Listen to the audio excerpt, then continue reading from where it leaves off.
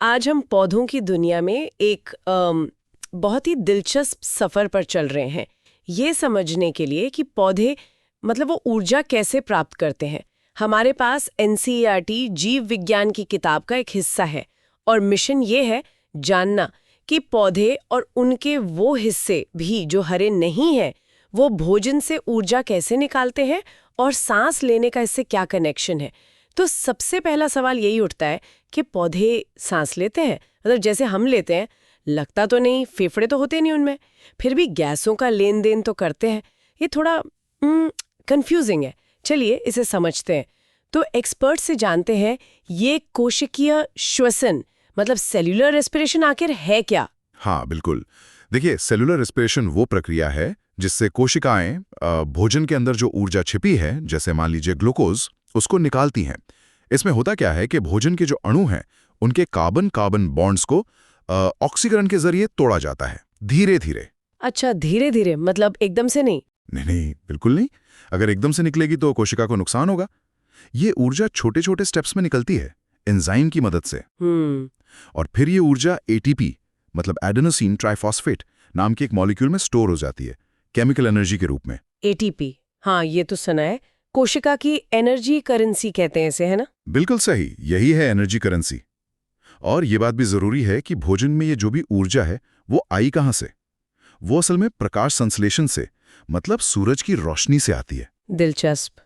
ठीक है, तो अगर फेफड़े नहीं है तो पौधे गैसों का ये लेन देन मतलब O2 लेना, CO2 छोड़ना, ये कैसे करते हैं? हाँ, उन्हें भी श्वसन के लिए ऑक्सीजन चाहिए और वो कार्बन डाइऑक्साइड छोड़ते हैं।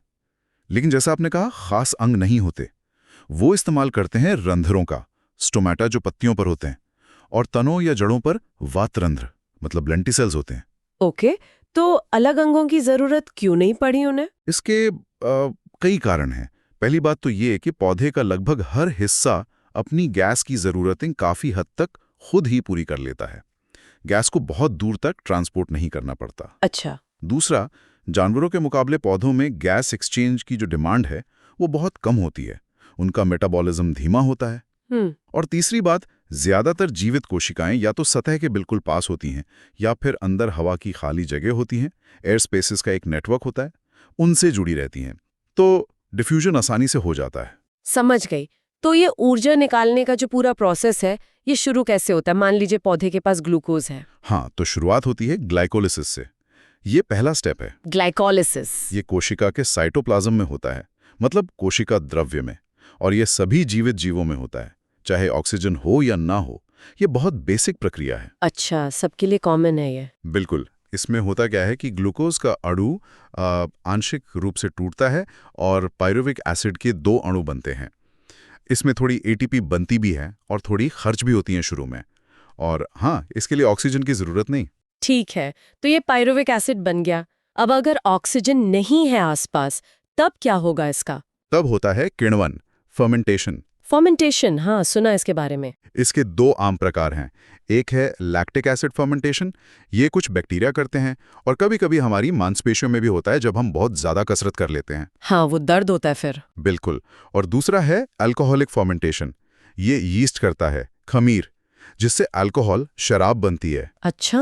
और इसमें एक मजेदार बात यह है कि यीस्ट जब अल्कोहल बनाता है तो करीब 13% अल्कोहल कॉन्सेंट्रेशन पे वो खुद ही मरने लगता है। वो अल्कोहल उसके लिए जहर बन जाता है। अरे, खुद ही बना रहा है और खुद ही? हाँ, और फर्मेंटेशन में देखिए ग्लूकोज पूरी तरह नहीं टूटता, इसलिए ऊर्जा भी बहुत कम निकलती है, 7% से भी कम। ज्यादातर ऊर्जा अल्कोहल या लैक्टिक एसिड में ही फंसी रह जाती है। बाप रे, तो ये तो बस एक क्या कहते हैं, काम चलाओ तरीका हुआ है ना, जब ऑक्सीजन ना हो? बिल्कुल, ये एक तरह का जुगाड़ है। असली कहानी तो तब शुरू होती है जब ऑक्सीजन मौजूद हो। हाँ, तो जब ऑक्सीजन होती है तब क्या होता है? वायवीय श्वसन, एरोबिक रेस्पिरेशन। सही, एरोबिक रेस्पिरेशन। और ये होता है कोशिका के पावर हाउस में, माइटोकॉन्ड्रिया के अंदर। माइटोकॉन्ड्रिया? हाँ, ग्लाइकोलिसिस से जो पायरुविक एसिड बना था वो अब माइटोकॉन्ड्रिया के अंदर जाता है। वहां पहला काम होता है कि पायरुविक एसिड एसिटाइल को ए नाम के एक मॉलिक्यूल में बदलता है। इस प्रोसेस में कुछ CO2 निकलती है और कुछ और ऊर्जा वाले अणु NADH बनते हैं। ओके, एसिटाइल को ए बन गया, फिर? ये एसिटाइल को ए फिर एक साइकिल में घुसता है, जिसे कहते हैं क्रेब्स साइकिल या TCA साइकिल भी कहते हैं। ये माइटोकॉन्ड्रिया के मैट्रिक्स में मतलब अंदरूनी हिस्से में होता है। इस साइकिल में वो एसिटाइल कोए पूरी तरह से ऑक्सीडाइज हो जाता है, मतलब उसके कार्बन CO2 बनकर निकल जाते हैं। थोड़ी सी ATP यहाँ भी सीधे बन जाती है और ढेर सारे ऊर्जावाहक अणु बनते हैं NADH और FADH2। अच्छा, तो मतलब ग्लूकोज अब पूरी तरह CO2 में बदल गया और ज्यादातर ऊर्जा इन NADH और FADH2 में कैद हो गई। बिल्कुल सही। अब तक ज्यादातर ऊर्जा इन्हीं में है। अब आता है फाइनल और सबसे बड़ा स्टेप, इलेक्ट्रॉन ट्रांसपोर्ट सिस्टम यानी ETS। हाँ, ये माइटोकॉन्ड्रिया की जो अंदर वाली झिल्ली है उस पर होता है। आप इसे एक तरह की बायोलॉजिकल पावर लाइन समझ सकती हैं। वो जो NADH और FADH2 बने थे वो यहां आकर अपने इलेक्ट्रॉन छोड़ देते हैं। अच्छा, ये इलेक्ट्रॉन फिर एक प्रोटीन से दूसरे प्रोटीन तक, मतलब कॉम्प्लेक्स 1 से कॉम्प्लेक्स 4 तक कूदते हुए जाते हैं और जैसे जैसे वो जाते हैं ऊर्जा निकलती है। ओके। इस ऊर्जा का इस्तेमाल होता है प्रोटॉन्स को झिल्ली की एक तरफ से दूसरी तरफ पंप करने में। इससे एक प्रोटॉन ग्रेडियंट बन जाता है, जैसे बैटरी चार्ज हो जाती है ना, वैसा ही कुछ। और बिल्कुल आखिर में ऑक्सीजन आती है। वो इन थके हुए इलेक्ट्रॉन्स को पकड़ लेती है और प्रोटॉन के साथ मिलकर पानी H2O बना देती है। ऑक्सीजन का यही रोल है, फाइनल एक्सेप्टर। वाह, तो ऑक्सीजन बिल्कुल एंड में काम आती है। हाँ, और फिर वो जो प्रोटॉन ग्रेडियंट बना था वो चार्ज बैटरी, उसका इस्तेमाल करके खास एंजाइम ATP सिंथेज ढेर सारी ATP बनाता है। इसी को ऑक्सीडेटिव फॉस्फोरीकरण कहते हैं। तो यहीं पर सबसे ज्यादा ATP बनती है। एक ग्लूकोज से कितनी बन जाती है लगभग? सैद्धांतिक रूप से देखें तो एक ग्लूकोज से करीब 38 ATP अणु बन सकते हैं एरोबिक रेस्पिरेशन में। फर्मेंटेशन में तो बस 2 ही बन रहे थे नेट। जमीन आसमान का फर्क है। लेकिन एक सवाल और, क्या पौधे सिर्फ ग्लूकोज ही इस्तेमाल करते हैं खाने के तौर पर, मतलब श्वसन के लिए? नहीं, ये भी एक जरूरी बात है। पौधे फैट्स यानी वसा और प्रोटीन्स को भी श्वसन सबस्ट्रेट की तरह इस्तेमाल कर सकते हैं। अच्छा, कैसे? फैट्स टूटकर फैटी एसिड और ग्लिसरॉल बनाते हैं। ग्लिसरॉल तो सीधा ग्लाइकोलिसिस में चला जाता है। फैटी एसिड टूटकर एसिटाइल कोए बनाते हैं जो फिर क्रेब्स साइकिल में चला जाता है। ओके। और प्रोटीन्स टूटते हैं एमिनो एसिड्स में। वो भी अपनी संरचना के हिसाब से या तो पायरुविक एसिड बनकर या एसिटाइल कोए बनकर या सीधे क्रेब्स साइकिल के किसी इंटरमीडिएट के तौर पर इस रास्ते में घुस जाते हैं।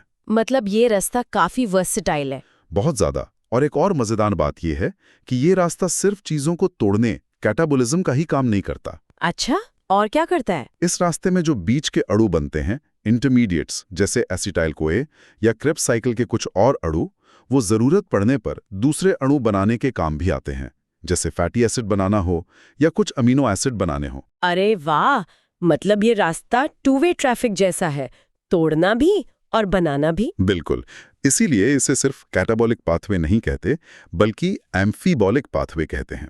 एम्फी मतलब दोनों। ये कैटाबॉलिज्म तोड़ना और एनाबॉलिज्म बनाना दोनों में भूमिका निभाता है। कमाल की एफिशिएंसी है ये तो। अच्छा, एक टर्म और था RQ, रेस्पिरेटरी कोशेंट, वो क्या है? हाँ, RQ या श्वसन गुणांक। ये बस एक अनुपात है, कितनी CO2 निकली और कितनी O2 इस्तेमाल हुई, उसका वॉल्यूम का ratio. Volume of CO2 evolved, volume of O2 consumed. इसका क्या फायदा? इससे हमें अंदाजा लगता है कि कोशिका इस वक्त किस तरह का फ्यूल, मतलब कौन सा सबस्ट्रेट इस्तेमाल कर रही है। जैसे अगर कार्बोहाइड्रेट इस्तेमाल हो रहा है तो RQ 1 आता है। अच्छा। अगर फैट्स इस्तेमाल हो रहे हैं तो RQ 1 से कम होता है, करीब 0.7 के आसपास, क्योंकि फैट्स को ऑक्सीडाइज करने में ऑक्सीजन ज्यादा लगती है CO2 निकलने के मुकाबले। और प्रोटीन्स के लिए ये करीब 0.9 होता है। इंटरेस्टिंग। ये तो एक तरह का डायग्नोस्टिक टूल हो गया। कह सकते हैं। तो चलिए संक्षेप में समझते हैं। पौधे सांस लेते हैं, मतलब गैस एक्सचेंज करते हैं रंध्रों और वातारंध्रों से। वो सेल्यूलर रेस्पिरेशन से भोजन की ऊर्जा निकालते हैं। इसमें स्टेप्स हैं, ग्लाइकोलाइसिस साइटोप्लाज्म में, फिर अगर ऑक्सीजन है तो क्रेब्स साइकिल और ETS माइटोकॉन्ड्रिया में, और ऊर्जा ATP में स्टोर होती है। और ये रास्ता सिर्फ तोड़ने का नहीं बल्कि बनाने का भी है, एम्फीबोलिक। सही है, बिल्कुल सही कहा आपने, एकदम परफेक्ट समरी। और जाते जाते बस एक विचार छोड़ जाता हूं सबके लिए। हमने देखा कि श्वसन में ऊर्जा धीरे धीरे कंट्रोल तरीके से निकलती है ताकि ATP बन सके। सोचिए अगर यही ऊर्जा जो ग्लूकोज में है वो एकदम से निकल जाए अनियंत्रित रूप से, जैसे लकड़ी जलती है, तो एक जीवित कोशिका का क्या हाल होगा, उस पर क्या असर पड़ेगा? ये सोचने वाली बात है। मतलब पूरी व्यवस्था ही गड़बड़ा जाएगी। बिल्कुल।